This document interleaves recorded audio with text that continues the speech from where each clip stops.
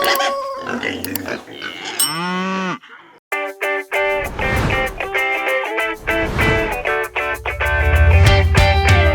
guys! Welcome back to another episode of Agri sa Agri. Isang pamilya po ang ating i-feature na nanggaling po sa iba't ibang industry ang miyembro ng kanilang family. But ngayon, pinili na po nilang mag full-time job sa pagtatanim at pag-grafting ng kakao. Shoutout nga po pala sa ating kapatid na si Nestor Saludo. Isa po siya sa masugid na nasa industriya din ng kakao. At siya po ang nag-recommend ng isang pamilya na ito na ating kikilalanin ngayong episode. Tara, puntahan na natin sila. Let's go!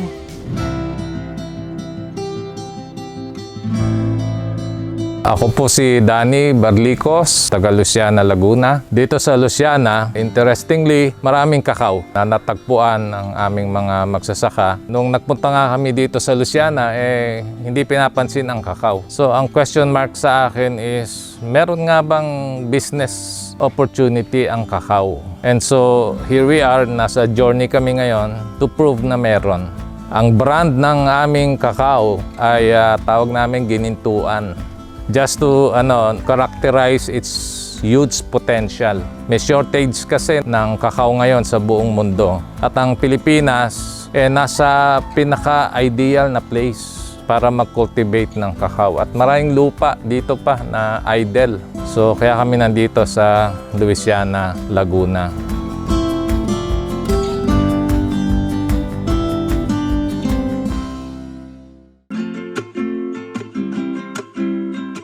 Bali, ngayon, mag-graft tayo. So, papakita namin sa inyo yung way namin ng pag-grafting. Yung pinipili naming bud sticks is yung, hindi siya yung mukhang panggatong. Yung parang, green-brown siya. So, ito, ganito yung itsura niya. Green-brown. So, kitang-kita mo na healthy. Na mas malaki ang chances na tutubo siya. Ang pangalan ni Kuya? Ampol po. Ampol. Si Kuya Ampol. Okay. Ayan, sige. Kakat lang po siya. Yan, ikakat po natin siya.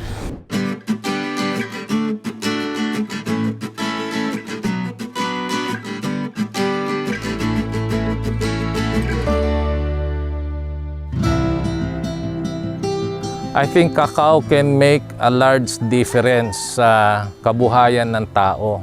Kasi hindi mo kailangan ng malaking lupa para makapag-generate ng malaking value. Of course, pag lumaki na, itatanim mo na sa mas malaking lupa. But again, meron na rin ditong kooperatiba na napakahusay nilang gumawa ng tableya. So we thought of supporting them by propagating more trees. Kasi kung walang puno, walang bunga, di ba? Kung walang bunga, walang tsokolate, walang tableya. So, end-to-end from bean to bar, yun siguro yung gusto namin i-contribute sa community. So, yan, mga 2 weeks old na siya. May lumalabas na siyang Mabilis lang pala. So yun, isang tulong din yung naglagay kami ng UV plastic kasi para makontrol din namin yung water kasi hindi nalululod talaga siya. One thing pa is yung kakao, kailangan ng direct sunlight. So balance lang talaga, direct sunlight, hindi siya yung kasi nung una itong paligid na to, may mga nyog. So sapaw na sapaw ng mga dahon ng puno itong nursery. Ito, ang mga materials namin dito, like ayun nga, kawayan lang din. So, galing din sa farm. Galing lang din dito sa farm. Mayroong kaibigan kami dyan na nag-offer na pwede naman kayong kumuha ng mga kawayan. So, ayan, ginamit naman din namin. Kung titingnan nyo naman tong structure natin, poste lang na kawayan at bubong.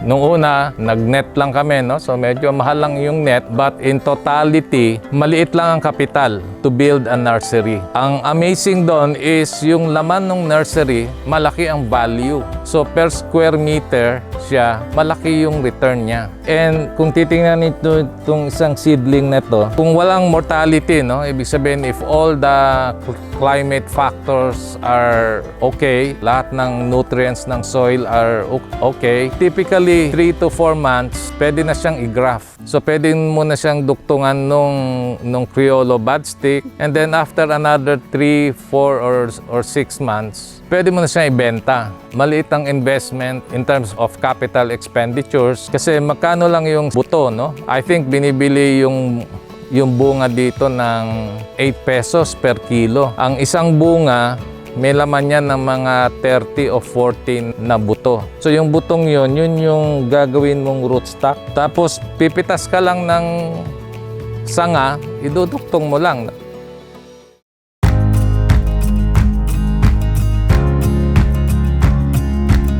Yung nag-start kami na magbuto, meron na tong bubong. Nangyari dito, kagawa nung nagbuto kami doon sa labas, wala pa yung UV plastic. Sobrang ulan, patay lahat. So sabi namin, wala na kaming pwesto doon. So inisip namin, dito kaya tayo mag-setup ng pagbubutuan. So ito, umangat talaga siya. So naisip namin, yung place niya is may shed, medyo dry yung lupa niya. Parang na-discover nyo by trial and error. Oo, kasi inadapt namin yung weather dito eh.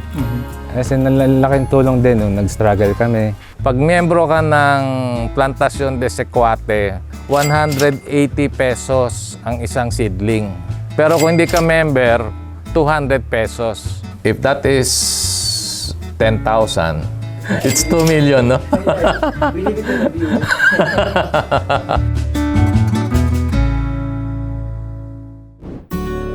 Minimum ng leaves natin is 8 leaves. And it plant. takes how many months bago yan sa mag-mature? 3 months. 3 months. 2 to 3 months. Okay. So 2 weeks, from 2 weeks na merong siyang mga small buds na at least 2 to 3 weeks. Pag medyo malaki na yung size ng dahon, pwede mo na siyang tanggalin sa plastic. And then, i-ano mo na lang, i-maintain mo na. Guguro mo na lang siya. Yes. Ang asawa ko ang Chief Finance Officer. Tapos meron akong 2 anak. Si Raymond, siya yung namamahala dito sa nursery. All the rest yung panganay namin, si JP. Kumuha kami ng 2 regular na worker, si Ampol at saka si Papi. So we have to also make use of the knowledge base of the locals. Mapupunan nyo, wala silang relo. Pero alam nila kung alas 12 na. So they know nature. They know yung weather patterns. They know yung kondisyon ng lupa. Kami hindi namin alam yon eh. We always meet na nagmi-meeting, no? And all of those na nasa business world, nandito rin sa Recreo Farm.